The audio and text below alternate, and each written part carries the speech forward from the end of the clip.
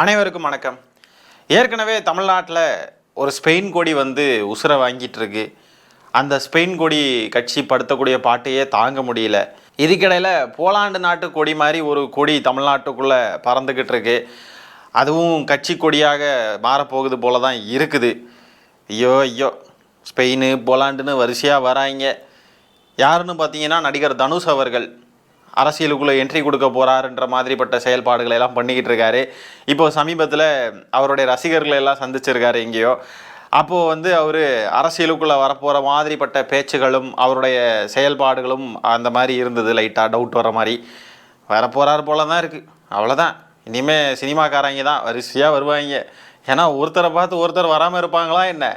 இவர் சிஎம் ஆகுறாரு, அப்போ நம்மளும் ஆயிடலாமே அப்படின்னு நினைக்கிற மனநிலை தானே வரும். நம்ம தனுஷ் வேறு எப்படிப்பட்ட ஆள்னா, ஏன் நாங்கள்லாம் போயஸ் கார்டனில் வீடு வாங்கக்கூடாதா அப்படின்னு கேட்கக்கூடிய ஒரு நபராச்சு. முதலமைச்சர் ஆகிறதுலாம் எட்டா கனி அப்படின்னு ஒரு காலம் இருந்தது. இப்போ வந்து ரசிக மோகம் இருந்துச்சுன்னா போதும், நம்ம ரசிகர்கள் இருந்தாலே போதும், நம்ம வந்து சிஎம் ஆயிடலாம் அப்படின்ற ஒரு நிலை இருக்கிறதுனால ஒய் நாட், நம்மளும் ட்ரை பண்ணி பார்க்கலாமே அப்படின்னு எல்லாரும் முதலமைச்சர் ஆகலாம் அப்படின்னு ஆசைப்பட்டுக்கிட்டு இருக்காங்க போல். அது அவ்வளோ ஈஸியாக கிடச்சிரும், அவ்வளோலாம் மெனக்கட தேவையில்லை அப்படின்ற லெவலுக்கு எல்லாரும் யோசிக்க ஆரம்பிச்சிட்டாங்க. காலம் எப்படி மாறிட்டு பாருங்க. இந்த ஸ்பெயின் போலாண்டு இவங்களையெல்லாம் பாஜக தான் பின்னாடி இருந்து இறக்கியும் விடுது, இயக்கவும் செய்யுது அப்படின்னு எனக்கு தோணுதுங்க. ஏன்னா நீங்கள் பாருங்கள், ஒரு நாட்டு கொடி கலர் மாதிரி இருக்குது எல்லாமே. தாவேக்கா கொடி வந்து ஸ்பெயின் கொடி மாதிரி இருக்குது. இப்போ தனுஷ் வந்து பார்த்திங்கன்னா போலாண்டு நாட்டு கொடி மாதிரி வராப்பில். அப்போனா இதுலேருந்து என்ன தெரிய வருதுன்னா, திராவிட கட்சிகள், தமிழ்நாட்டில் திராவிட கட்சிகள் கருப்பு சிவப்பை மேக்சிமம் பயன்படுத்துவாங்க. அந்த கருப்பு சிவப்பை அந்த காம்பினேஷன் வந்து இருக்கக்கூடாது, அந்த காம்பினேஷனே இல்லாமல் ஏதாவது தொடங்குங்க அப்படின்ற மாதிரி கைட் பண்ணி தான் இந்த மாதிரி வெளிநாட்டு கொடிகள் மாதிரிலாம் இங்கே கொண்டு வராங்க போல் எனக்கு ஃபீல் ஆகுது. ஆதி திராவிடர் நலத்துறைன்ற பேரை வந்து சமூக நீதித்துறைன்னு மாற்றிட்டாங்க. திமுகவுக்கு பிறகு ஆரம்பிக்கப்பட்ட முக்கியமான இயக்கங்கள் எல்லாமே திராவிடம்ன்ற பேரை கொண்டு தான் இருக்கும். ஆனால் விஜய் அவர்களுடைய கட்சி மட்டும்தான் பார்த்தீங்கன்னா தமிழக வெற்றி கழகம் அப்படின்னு சம்மந்தமே இல்லாமல் தமிழ்நாடுன்னு கூட இல்லை, தமிழக, புரியுதுங்களா? ஏன்னா திமுக தான் தமிழ்நாடுன்ற பேரை தமிழ்நாட்டுக்கு வச்சது. ஸோ திராவிடம் செஞ்ச விஷயங்கள் எதையுமே வந்து பின்பற்றக்கூடாது, அந்த மாதிரி நம்ம ஒன்று செய்யணும்னு சொல்லிட்டு தமிழக வெற்றி கழகம்னு வந்துச்சு. அப்புறம் ஆதி திராவிடர் நலத்துறையை சமூக நீதித்துறையாக மாற்றிட்டாங்க. இப்போ என்னென்னா, இனிமேல் புதுசாக வரவங்கெல்லாம் திராவிடம் அப்படின்ற வார்த்தையும் இருக்காது, திராவிட நிறம் கருப்பு சிவப்பு அதுவும் இருக்காத அளவுக்கு தான் கட்சி கொடிகள்லாம் வரப்போகுது போல் எனக்கு ஃபீல் ஆகுது. திராவிடத்திற்கான அடையாளங்களை எல்லாம் பப்ளிக்கோட மெமரியிலேருந்து எல்லாத்தையும் அழிக்கணும்னு முடிவு பண்ணியிருக்காங்க. தெள்ள தெளிவாக தெரியுது. உஷாராயிக்கோங்கய்யா, உஷாராயிக்கோங்கய்யா, இன்னொரு போலாண்டுக்கிட்ட சிக்கி சீரழிய முடியாதையா, தலைபாடாக அடிக்கிறோயா. யார் கேட்குறா?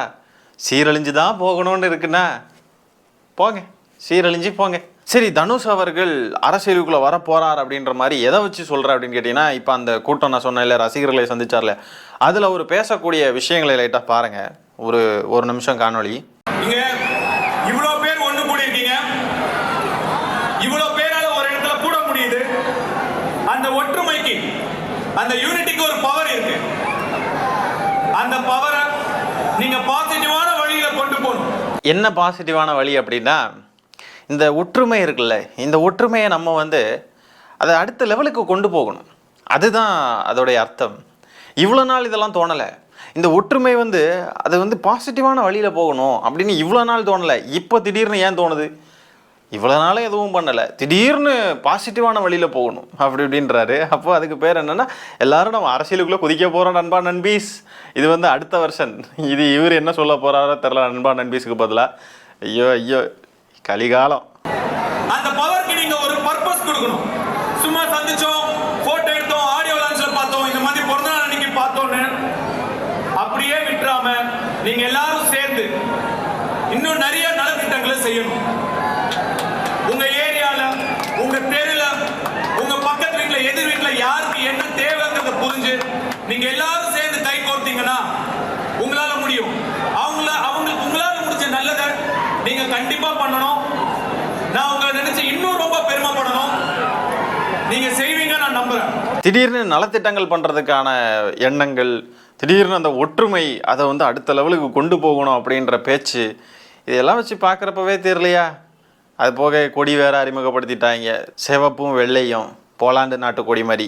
ஸ்பெயினையே சமாளிக்க முடியல, இதில் அடுத்தது போலாண்டு வேற வந்துச்சுன்னா ரெண்டும் படுத்த போகிற பாடு. ஐயோ, தமிழ்நாடு சினிமா கூத்தாடிகளுடைய கையில் சிக்கி தான் சீரழிஞ்சு போகணுன்னு இருந்துச்சுன்னா நம்ம என்ன பண்ண முடியும்? அந்த மேடையிலேயே கொள்கை தலைவர்களை அறிமுகப்படுத்துகிற மாதிரியே ஏதோ ஒன்று செஞ்சுருக்காரு. அப்துல் கலாம் அவர்கள், பாரதி ராஜா அவர்கள், பாக்யராஜ் அவர்கள், ஜானகி அம்மாள் அவர்கள், இவங்களுக்கெல்லாம் வந்து மரியாதையை செஞ்சுருக்காரு. இதில் அப்துல் கலாம் அவர்களுடைய புகைப்படம் மட்டும் தனியாக இருக்குது. ஆகவே அப்துல் கலாம் அவர்கள் மட்டும் கொள்கை தலைவராக இருப்பாரா, மீதி 3 பேருக்கு மரியாதை செலுத்துறதுக்காக அந்த புகைப்படங்களை வச்சுருக்காரா என்னன்னு ஒன்றும் தெரியல. ஆனால் இது என்னமோ பார்க்குறதுக்கு கைண்ட் ஆஃப் அரசியல் மேடை மாதிரி தான் போய்கிட்டு இருக்கு. எங்கே போக போகுதோ.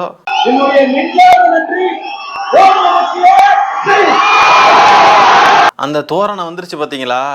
இவ்வளோ நாள் ஸ்டேஜில் எல்லாம் அமைதியாக பேசின ஆட்கள் தான். விஜய் அவர்களும் சரி, ரொம்ப சாஃப்டான பர்சன் அப்படின்ற மாதிரி தானே பேசிட்டு இருந்தாங்க. அரசியல்னு வந்த உடனே ஊன்னு கத்துனார் விஜய் அவர்களும். அதே மாதிரியே இருக்குது பாருங்க. அதே டெய்லர் அதே வாடகைன்ற மாதிரி ஒரே மாதிரி தான் இருக்காங்க. அப்படியே அச்சாசலாக விஜய் அவர்களை பார்த்த மாதிரியே இருக்குது. அந்த பேட்டர்னை அப்படியே ஃபாலோ பண்ணுற மாதிரியே இருக்குங்க. இதில் வேற ஓம் நமச்சிவாயன்லாம் பேசிட்டு போகிறார். நைஸ் நைஸ், சரிதான். கொள்கை தலைவர்லாம் தந்தை பெரியார்லாம் இருக்க மாட்டார் போல தான் இருக்குது கைஸ்.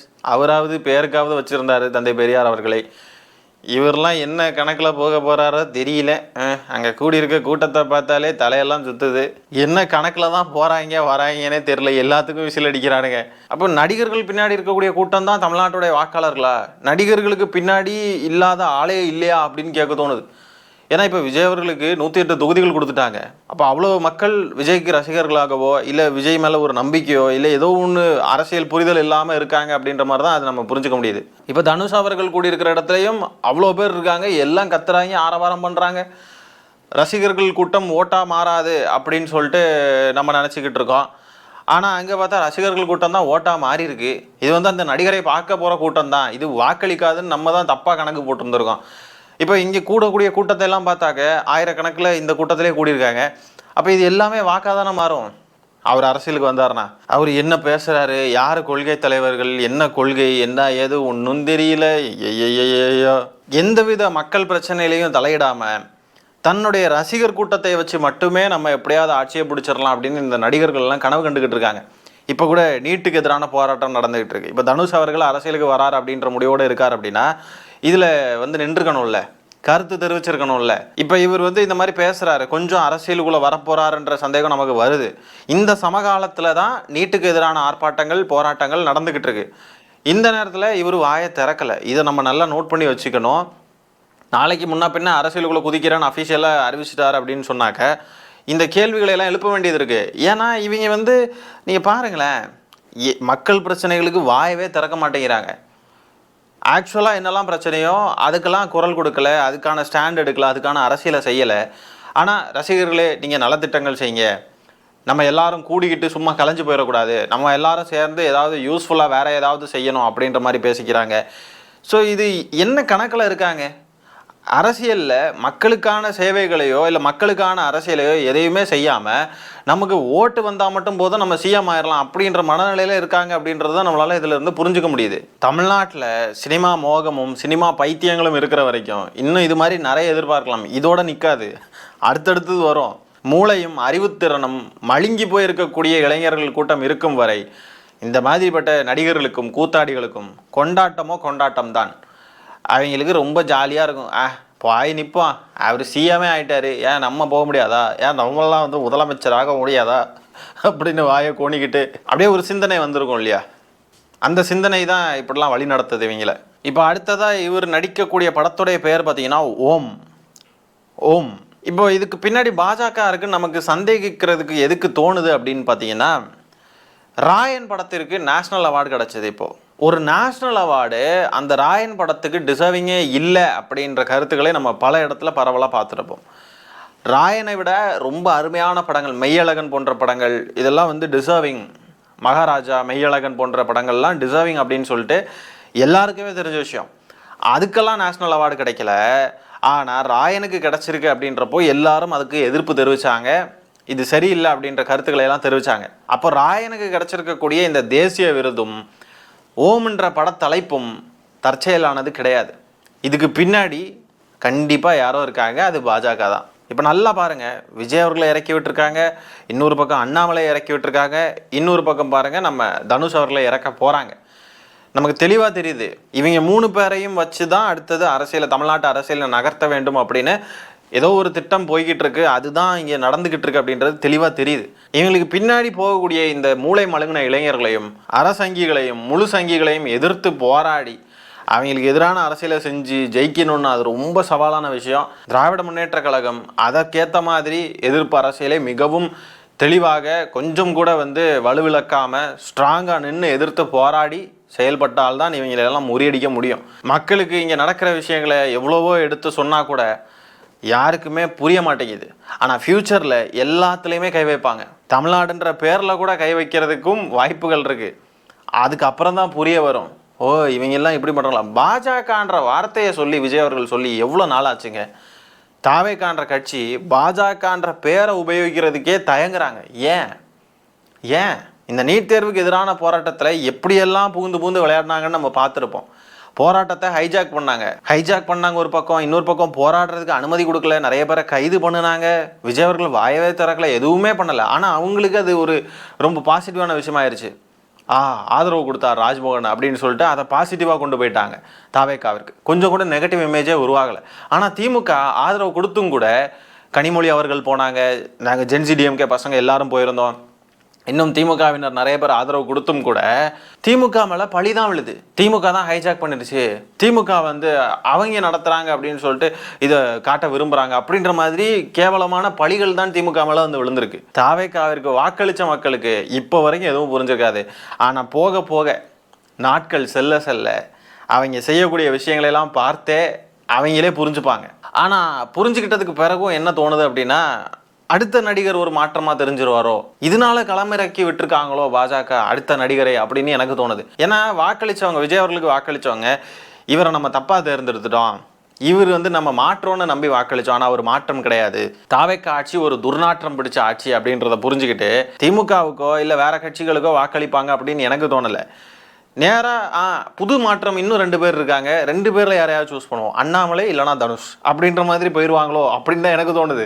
அங்கே போயிட்டு அடுத்தது ஒரு 5-10 வருஷம் இன்னும் நல்லா மாட்டி சீரழிஞ்சிட்டு அதுக்கப்புறம் அதுக்குள்ளே இன்னும் ஒரு 10 பேரை இறக்கிடுவாங்க. மாற்றம்னு மாற்றத்துக்கு பின்னாடியே ஓட வேண்டியதுதான். மாற்றம் தேடியே தினமொரு நேற்றை தொலைக்கிறோம் அப்படின்ற மாதிரி ஒரு பாடல் உண்டு பாருங்க, நெற்றி பொட்டில் அப்படின்ற பாட்டு. அந்த பாட்டு லைன்ஸ் தான் எனக்கு ஞாபகம். மாற்றம்னு தேடி ஓடி நம்ம தினமும் ஒரு நேற்று அப்படின்ற ஒரு நாளை நம்ம தொலைச்சிக்கிட்டே இருக்கோம். மக்களை எல்லாம் திருத்த முடியும்னு எனக்கு நம்பிக்கை இல்லைங்க. மாற்றம்னு என்னதான் மாறணும்னு தெரியல. நல்லா இருக்கிற நாட்டை தலைகீழாக மாற்றணும்னு நிற்கிறாங்களா, என்ன மாற்றம் வேணுன்றது புரியல. அப்படியே டைம் பாஸுக்கு ஒரு சேஞ்ச் வரட்டுங்க, சேஞ்சுங்க. டைம் பாஸுக்கு வாழ்ந்துக்கிட்டு இருக்கக்கூடிய வீட்டை விற்றுட்டு போயிடுவாங்க போல இருக்கு. மாற்றம்னா அதை ஏதாவது செய்யணும்ல. என்னங்க ஒரே வீடு, ஒரே ஹாலு, ஒரே ரூமு, ஒரே கிச்சனு, எல்லாம் ஒரே மாதிரியே இருக்குங்க. இந்த வீட்டை விற்றுட்டு நம்ம வேறு வீடு வாங்குவோம் அப்படின்னு டைம் பாஸுக்கு மாற்றிக்கிட்டே இருப்பாங்களா? ஒரு இடம் நமக்கு செட் ஆகுது, நல்லா இருக்குது அப்படின்னா அங்கேயே உட்காந்து பழகணும். அதில் சின்ன சின்ன குறைகள் இருக்குது. பைப்பில் தண்ணி லீக் ஆகுதுன்னா அந்த பைப்பில் தண்ணி லீக்கை சரி பண்ணுறதுக்கு என்ன பண்ணணுன்றதை பார்க்கணும். எனக்கு இந்த பைப்பில் தண்ணி லீக் ஆகுது, நான் வீட்டையே மாற்றணும் அப்படின்னு மாற்றுவாங்களா? வீட்டை விற்றுருவோம் அப்படின்னு சொல்லிட்டு விற்பாங்களா? அந்த மாதிரி இருக்குங்க. ஒரு சின்ன பைப்பு லீக் ஆகுது, எங்கேயோ ஒரு பிரச்சனை இருக்குது, ஏதோ ஒரு சின்ன சிக்கல் இருக்குது, ஏதோ ஒரு ஒயரிங் இஷ்யூ இருக்குது அப்படின்றதுக்காகலாம் ஒரு வீட்டையே விற்றுக்கிட்டு போனால் எப்படி இருக்கும்? அந்த மாதிரி இருக்குது இன்றைக்கி தமிழ்நாட்டின் நிலை. இனிமேல்லாம் தமிழ்நாட்டில் நிம்மதியாக வாழ முடியும் அப்படின்னு எனக்கு தோணலைங்க. எல்லாரும் ஒரு பாஸ்போர்ட் எடுத்து வச்சுட்டு எங்கேயாவது வெளிநாட்டுக்கு போயிடும், எங்கேயாவது போயிடணுங்க. இங்கெல்லாம் இருக்க முடியும்னு எனக்கு தோணலைங்க. இங்கே நாடு போகிற போக்க பார்த்தா ஐயோ, இந்த நாடும் நாட்டு மக்களும் இப்படியெல்லாம் அறிவு கெட்ட கூட்டம் இருந்துச்சுன்னா யாருனாலும் மிளகா அரைச்சிட்டு போயிடலாமே. எல்லாருக்கும் ஆசை வர்றது பிறகு இயல்பாக மாறிடும்ல. இது வரைக்கும் என்ன பண்ணாங்க, அவங்களுடைய ட்ராக் ரெக்கார்டு என்னெல்லாம் செஞ்சுருக்காங்க, மக்களுக்காக என்ன பண்ணியிருக்காங்க, எங்கேருந்து எங்கே வந்திருக்காங்க, அதெல்லாம் எதுவுமே இல்லாமல் படம் நடிச்சிட்டோம், நல்ல ஒரு ரசிகர் கூட்டம் இருக்குது, நம்மளுக்கு வாக்கு விழுந்துடும் அப்படின்ற எண்ணத்திலேயே எல்லாரும் உள்ளே குதிச்சுக்கிட்டு இருக்காங்க. இப்படி தனுஷ் அவர்கள் அரசியலுக்குள்ளே வரப்போகிறார் அப்படின்ற மாதிரிப்பட்ட அறிகுறிகள்லாம் நமக்கு தெரியுது. இதை பற்றி நீங்கள் என்ன நினைக்கிறீங்க அப்படின்ற உங்களுடைய கருத்துக்களை கமெண்ட்ஸில் பதிவு பண்ணுங்கள். இந்த காணொளியை நான் இத்துடன் நிறைவு செய்து கொள்கிறேன். நன்றி, வணக்கம்.